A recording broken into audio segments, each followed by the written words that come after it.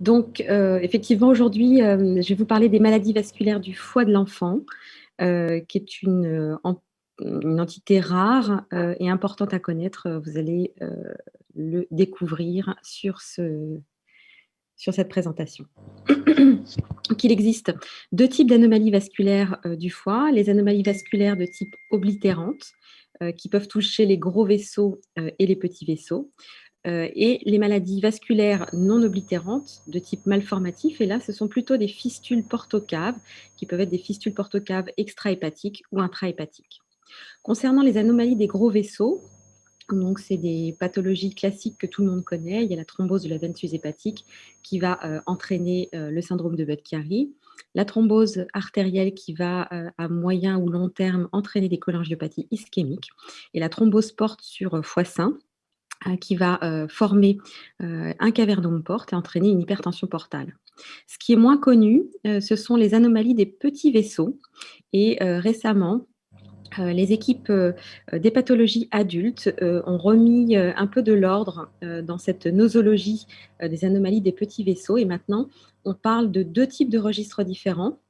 Un type qui est ce qu'on appelle la maladie portosinusoïdale au pôle portal, et pour le pôle vasculaire de la veine sus-hépatique, le syndrome d'obstruction sinusoïdale. Et en fait, vous allez voir que ces différents registres regroupent des maladies en termes de terminologie différentes.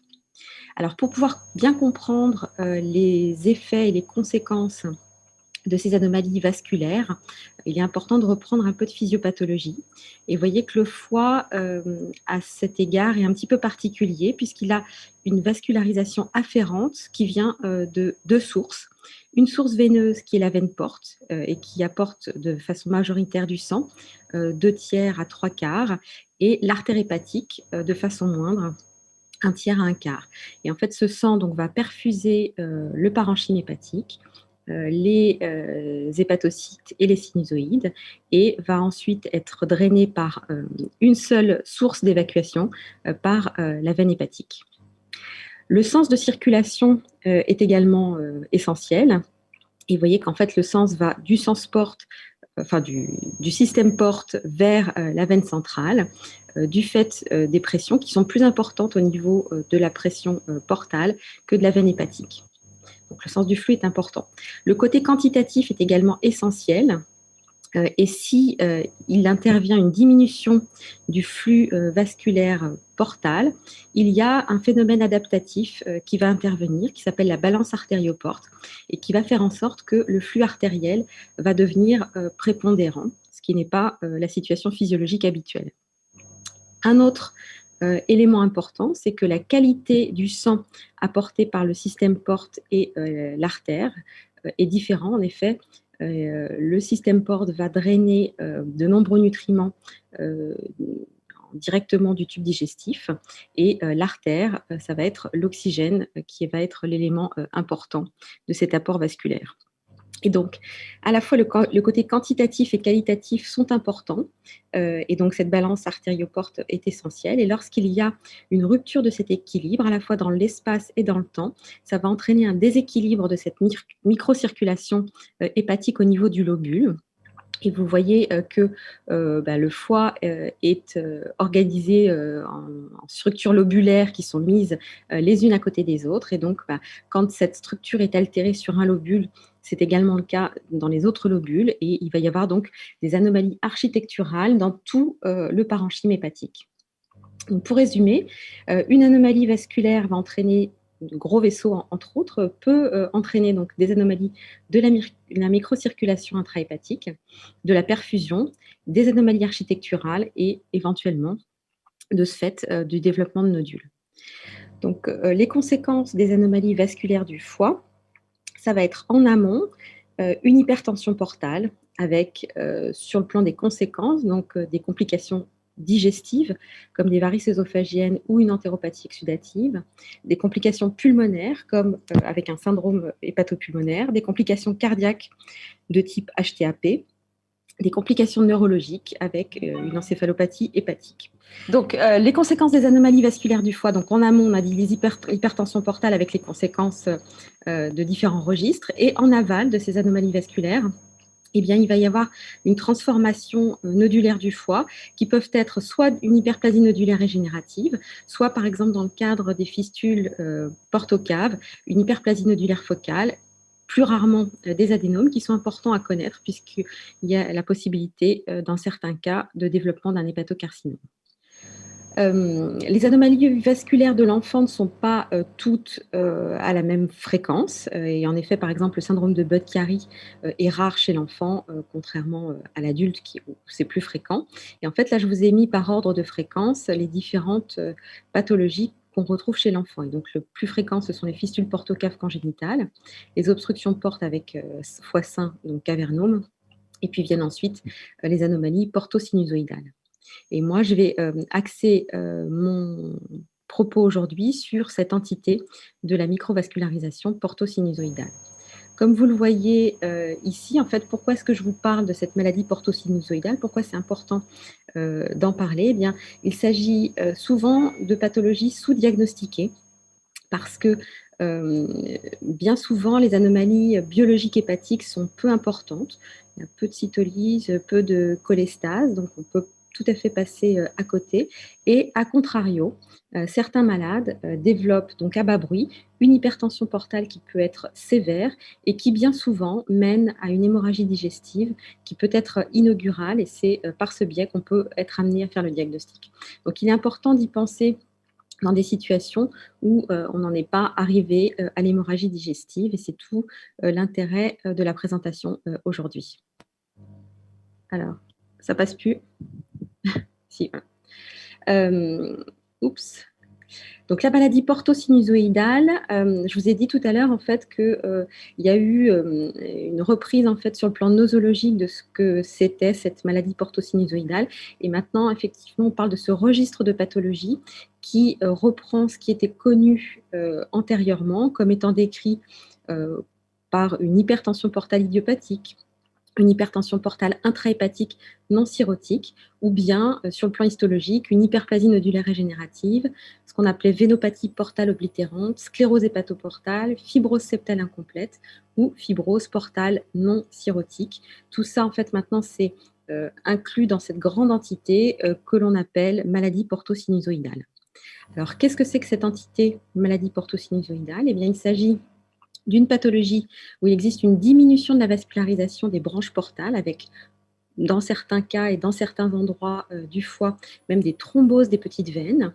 Et en conséquence, cette réponse physiologique va être également l'artérialisation des espaces portes.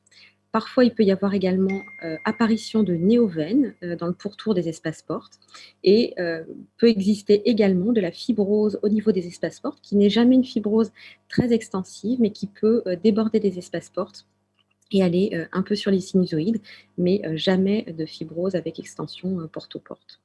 Une dilatation sinusoïdale peut également se voir et en tout cas, il y a une désorganisation architecturale.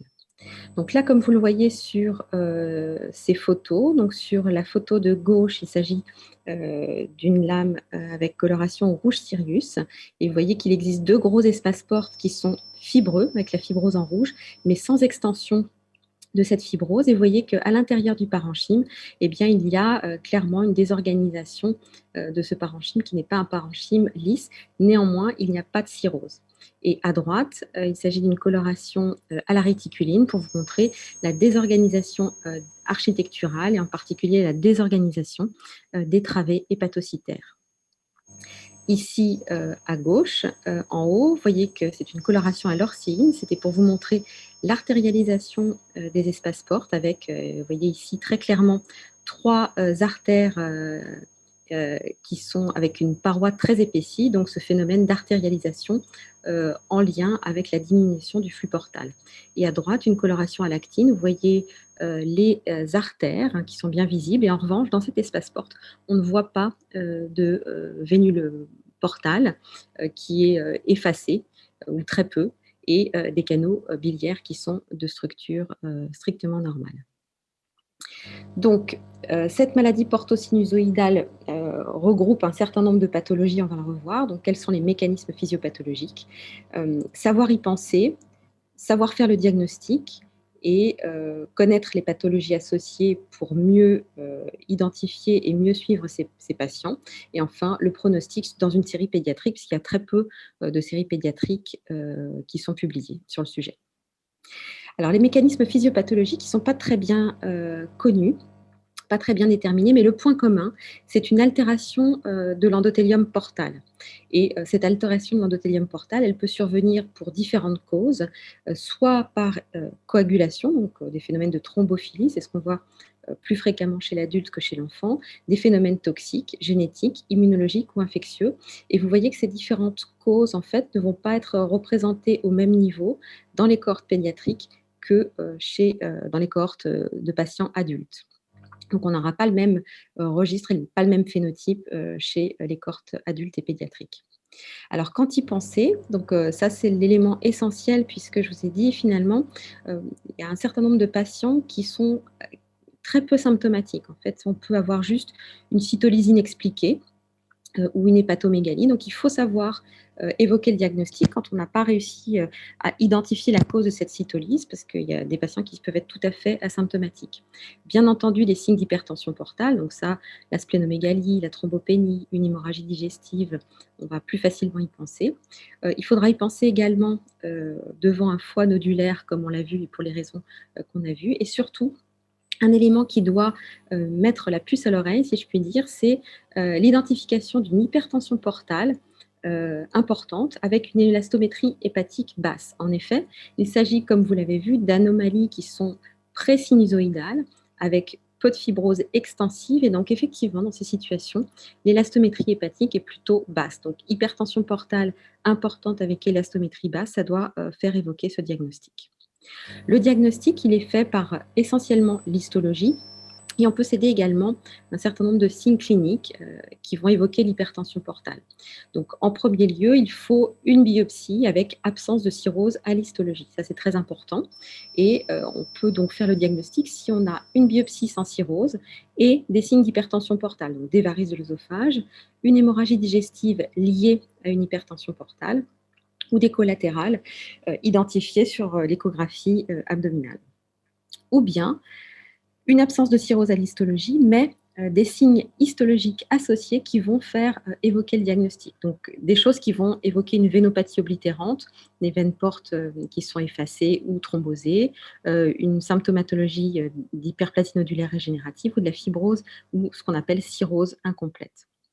Donc, vous voyez que pour le diagnostic, l'histologie est absolument centrale et essentielle, mais pour pouvoir faire ce diagnostic, il va falloir avoir une biopsie hépatique de volume suffisant pour pouvoir avoir suffisamment de matériel à étudier. Il faut une biopsie hépatique au moins de 20 millimètres et comportant au moins 10 espaces portes. C'est un diagnostic histologique difficile et donc c'est un diagnostic d'expertise. Et donc il faut avoir recours pour établir le diagnostic sur l'histologie à un anatomopathologiste expert dans les maladies du foie. Pour le diagnostic, on peut bien entendu, comme vous l'avez vu, puisqu'il faut rechercher les signes d'hypertension portale, s'aider de l'échographie. Donc bien sûr, on recherchera les signes d'hypertension portale habituels avec élastométrie basse. Donc c'est important d'avoir le réflexe de demander l'élastométrie hépatique. Et comme vous voyez ici à droite sur cette publication, c'est la mesure de l'élastométrie hépatique par méthode de fibroscan. À droite, des cirrhoses. Donc vous voyez que là, en fait, l'élastométrie est très élevée. Et on compare le cavernome porte à foie sain avec la maladie portosinusoïdale. Et vous voyez que finalement, l'élastométrie hépatique est beaucoup moins élevée en cas de maladie portosinusoïdale que de cirrhose. Voilà. Et puis, si on a un échographiste expérimenté, on pourra aussi lui demander de rechercher un aspect feuilleté des branches de la veine porte en rapport avec ces anomalies des petites branches portales. Les pathologies associées qui peuvent éventuellement mettre, on va dire, sur la piste de ce diagnostic. Vous voyez qu'elles sont de divers registres. Il y a des infections, notamment VIH, souvent associées bien sûr à des molécules toxiques. Et en fait, vous voyez qu'ici, il y a 4 toxiques qui ont été le plus souvent incriminées comme étant des causes, en tout cas, pouvant être associées ou favoriser cette maladie portosinusoïdale. Les maladies dysimmunitaires également, donc polyarthrite rhumatoïde ou lupus, mais globalement toutes les maladies dysimmunitaires peuvent contribuer à la survenue de cette entité.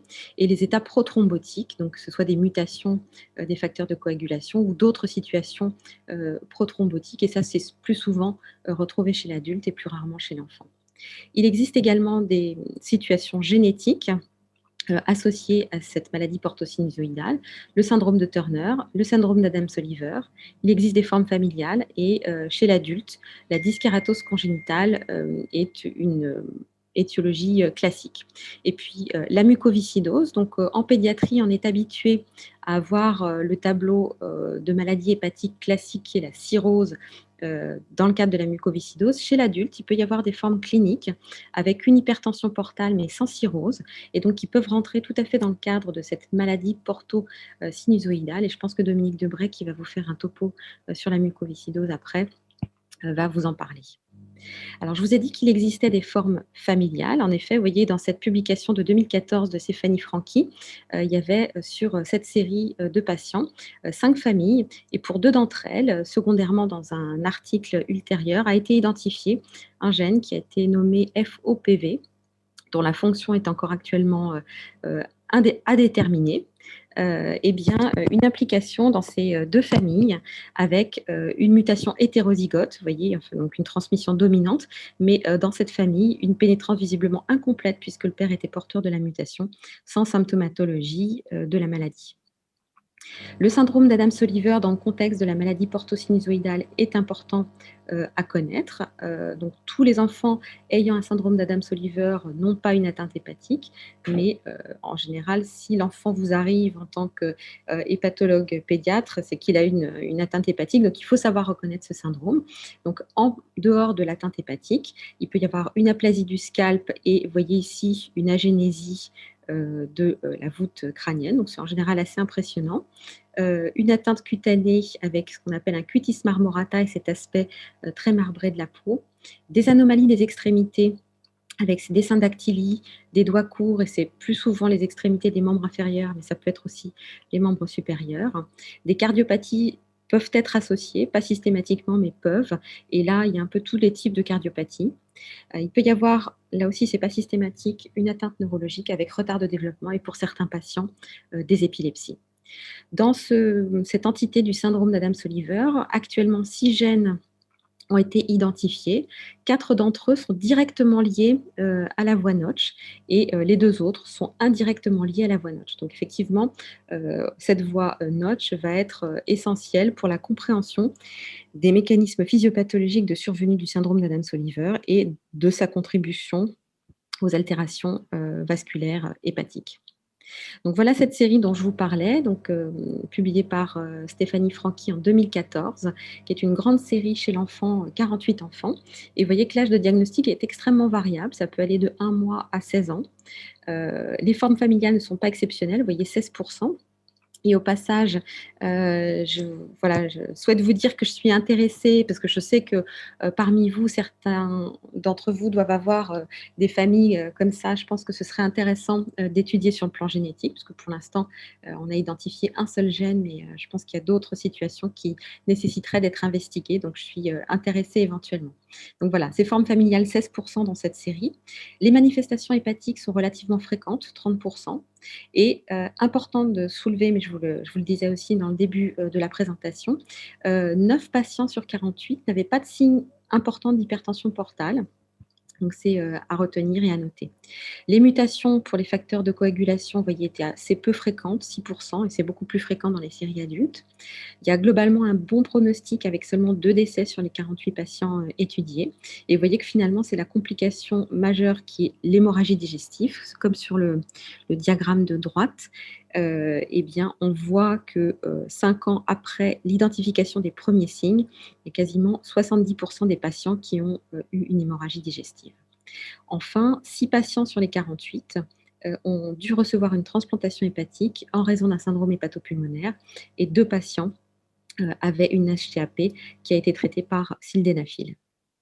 Donc, le message important aujourd'hui, c'est de faire le diagnostic, bien sûr, et surtout comme ces malades souvent sont assez peu symptomatiques, c'est important de bien les surveiller au long cours. Et donc, il faut savoir dépister les complications d'hypertension portale qui peuvent être graves. Donc, faire un programme de surveillance par fibroscopie œsophagienne pour vérifier les varices de l'œsophage et éventuellement indiquer un programme de ligature élastique, l'échographie cardiaque pour dépister l'HTAP, faire systématiquement à chaque consultation une saturation en oxygène en position debout et couché pour dépister une orthodéoxie. Et si on a un doute, ne pas hésiter à réaliser une scintigraphie pulmonaire pour certifier le diagnostic et quantifier le shunt intrapulmonaire. Et puis, réaliser bien entendu régulièrement des échographies hépatiques à la recherche de nodules, vous l'avez compris, parce que c'est des choses qui peuvent survenir. Et une chose que je ne vous ai pas dite, c'est que chez un certain nombre de malades, il peut y avoir des thromboses portales qui sont associées. Voilà. En termes de traitement, donc, en cas de thrombose portale associée, si on a le sentiment que c'est une thrombose qui est relativement fraîche, en tout cas dans les équipes adultes, ils se mettent à traiter les patients par anticoagulants. Mais effectivement, voilà, c'est une indication qui est vraiment à débattre et à discuter avec les centres de compétences. Et bien entendu, il ne faut pas mettre les anticoagulants s'il y a des varices menaçantes. Mais voilà, en tout cas, c'est une possibilité thérapeutique à laquelle il faut d'abord il faut être vigilant, bien vérifier qu'il y a une thrombose portale ou pas, et discuter avec une équipe spécialisée l'indication ou non d'un traitement anticoagulant dans cette situation. En cas de complications hémorragiques qui n'arriveraient pas à être traitées par un programme de ligature élastique, dans ce cas, on pourra discuter la pose d'un TIPS. Et malheureusement, s'il existe des complications cardio-respiratoires, eh bien à ce moment-là, c'est plutôt la transplantation hépatique qui devrait être proposée. De toute façon, c'est vrai que ce sont des dossiers souvent compliqués et à discuter avec les centres de référence dans le cadre de RCP. Les points clés donc, pour cette pathologie, c'est quand est-ce qu'il faut y penser? Parce qu'en fait, on n'y pense pas suffisamment souvent. Eh bien, il faut penser à la maladie portosinusoïdale quand il y a une hypertension portale avec une biologie subnormale. Il faut y penser avec une hypertension portale et élastométrie hépatique étonnamment basse. Y penser devant une cytolyse isolée, même s'il n'y a pas de signe d'hypertension portale, comme on l'a vu. Et puis, bien entendu, s'il y a un contexte physiopathologique qui peut évoquer le diagnostic, ça peut mettre la puce à l'oreille. Vous avez compris que l'histologie est absolument essentielle pour le diagnostic et que finalement, le suivi et la prise en charge, ça va être essentiellement celle de l'hypertension portale. Et je pense que j'ai terminé. Et donc, je suis disponible pour vos questions. Merci Muriel. Comme il s'agit d'une conférence, on ne va pas enchaîner avec des questions, mais on a bien entendu ton appel à collaboration sur si vous avez des maladies portosinusoïdiennes. Je vais laisser la parole à Thierry pour vous présenter la suite. Merci Muriel encore une fois. Et donc nous allons enchaîner sur la table ronde.